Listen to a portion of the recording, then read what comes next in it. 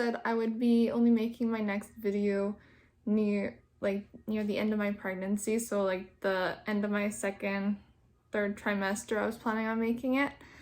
But we ended up having an appointment at 20 weeks, which was our anatomy appointment and ultrasound and everything, and we ended up getting some very unexpected news that I just wanted to share with everyone, as well as kind of normalize the situation we're going through and just make sure other people know that if they're going through something like this during their pregnancy, that they are not alone.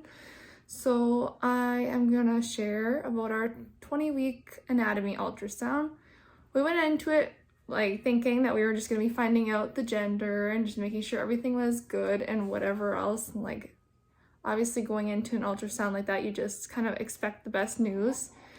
We ended up finding out that we were having a baby boy. Yes, we were very excited. Bryce is super excited for a little brother. I am preparing myself for two troublemakers.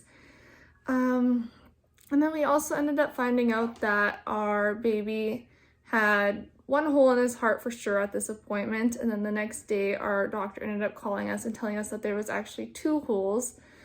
And then there was also another issue. I'll start off with the holes. So we were told that he has a VSD measuring 1.9 millimeters. I believe the VSDs are in the bottom part of the heart, and they are one of the more common heart defects found in babies. So she kind of like made it seem like it wasn't like something huge to worry about. Like, yes, it's something that should be on our minds and that we should be aware of for sure, but she made it seem like it wasn't as big of a deal as it maybe should be, mostly being that it is very small compared to how big it actually can be. So that was kind of good news for us, but at the same time, not the news we were expecting. The other hole we found out is an ASD, which is in the upper part of the heart, and that one was measuring 2.3 millimeters, so a little bit bigger.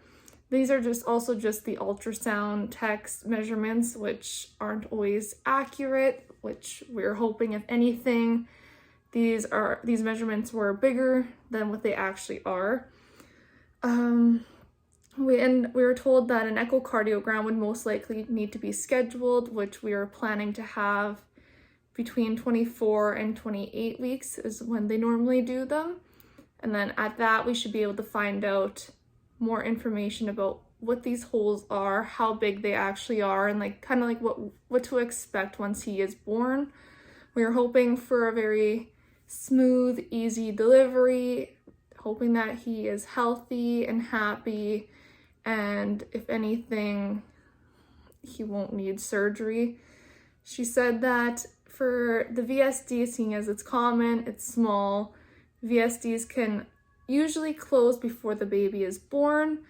In his case, it might go that way, it might not. We are hoping that it does close. As for the ASD, she said that normally ASDs don't close until after the baby's born, and if it doesn't close and it's causing issues, then that most likely would need surgery, which wasn't the best news, but we are hoping for better news at our echocardiogram and just hoping everything from there is better onward, as these last 3 weeks have been pretty stressful. As for our other news, we found out that his nasal bone was measuring a little bit shorter than what it was supposed to be at our anatomy ultrasound. His measurement came out to 4.43 millimeters, and a normal measurement at that time apparently is 6 millimeters. And then it just kind of didn't sit right with me, because like in our ultrasound pictures, he looked fine. Plus I had an NT ultrasound and NT blood work done prior to, which both came back perfectly fine and low risk. So I wanted an opinion on that, which is never a bad thing if you ever feel that you just don't feel comfortable with the news, or maybe just don't believe it. I mean, yes, it's kind of weird to say that you don't believe a doctor, but sometimes you just have your own gut feeling, and it's like a mother's intuition. So we ended up booking another ultrasound for like the following, or like 10 days later, and then we ended up getting a new measurement of 5 5.9 millimeters at 21 weeks. And then they were saying that is a normal measurement, and that even our 3D pictures of him looked great, and like his side view profile looked great as well, and like it didn't look like Down syndrome at all. So that was very good news and kind of just took one weight off our shoulders. But with the whole heart issue, we won't know exactly until we have an echocardiogram done, and then we won't know for sure how he actually is and how he's doing until he is here. I also just wanted to add in that I am no medical expert. I am no doctor, nothing whatsoever. I am just another woman experiencing pregnancy, meanwhile also being a type 1 diabetic. So definitely talk over things with your doctor. This is just my own experience and things that I am going through right now. And your case may not always be the same as mine, but I also just wanted to touch on how important it is for type 1 diabetic women to have an awesome A1C and awesome blood sugars before starting a pregnancy, as uncontrolled blood sugars and uncontrolled A1Cs, not in like the right target, can lead to certain issues like these ones, as well as like preeclampsia for yourself, and then just having bigger babies later on. It's very, very, very important. For me, I don't understand why my baby, has a heart issue, as my blood sugars I thought were fairly decent at the beginning. They were actually better this time around than they were with my firstborn. So to me, it's hard to grasp everything that's happening, but I try not to put any blame on myself. Obviously, things happen, and I'm just hoping for better news, hoping that things are all okay after this. I don't want to scare anyone, but you can still, being a type 1 diabetic, you still can have healthy pregnancies, healthy babies. Sometimes things happen. Touching on that, I also wanted to share how I also just got, at my 20-week ultrasound, I got good news that my A1C was 6.0, which is actually the best A1C I've ever had. So again, I don't understand why this is all happening, but maybe it's just the way everything happened when the egg was fertilized and whatever else. That's going into a whole nother thing, so I'm not gonna go into that. But also going on now that I'm in my second trimester and like not really nearing the end, but I'm 23 weeks now, my blood sugars have been starting to slowly rise and my need for insulin has increased.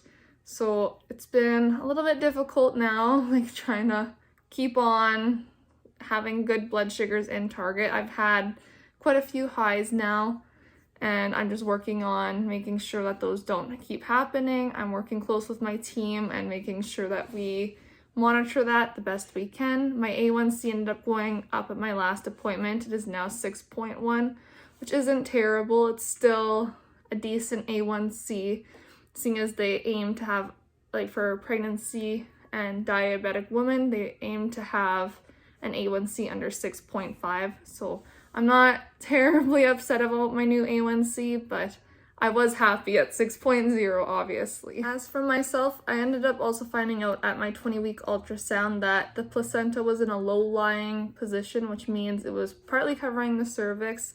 So if I was planning on having a vaginal delivery, it would kind of make for a little bit of an issue there if the placenta didn't move. But at my last appointment, I ended up finding out that the placenta ended up moving and is now more to the back. But we also decided to have a C-section.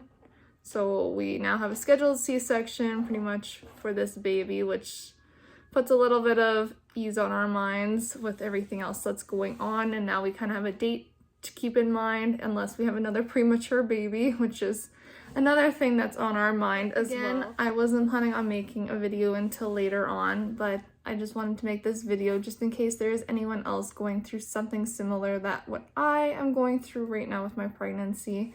And just if you needed to hear it from someone else, that you aren't alone, that these things do happen. It's not ideal. definitely not something that you want to be experiencing. There was lots of tears shed in the last couple weeks.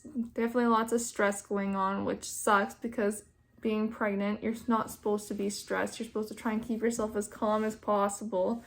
My ways of coping have been like taking baths. Also, I've been listening to some meditation music, which has helped a lot, I find.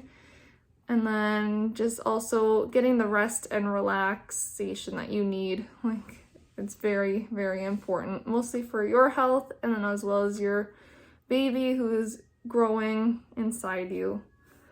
But I am gonna end this video here. Yeah, so we have a baby boy. We'll be finding out more information hopefully in the next couple weeks. I think I will probably still be making another video probably near like the end of, or not the end of the third trimester, but sometime in the third trimester, and then just giving an update on everything then.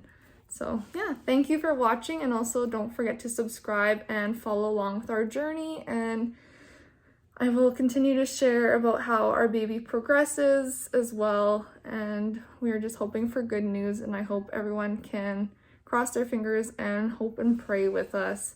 Thank you.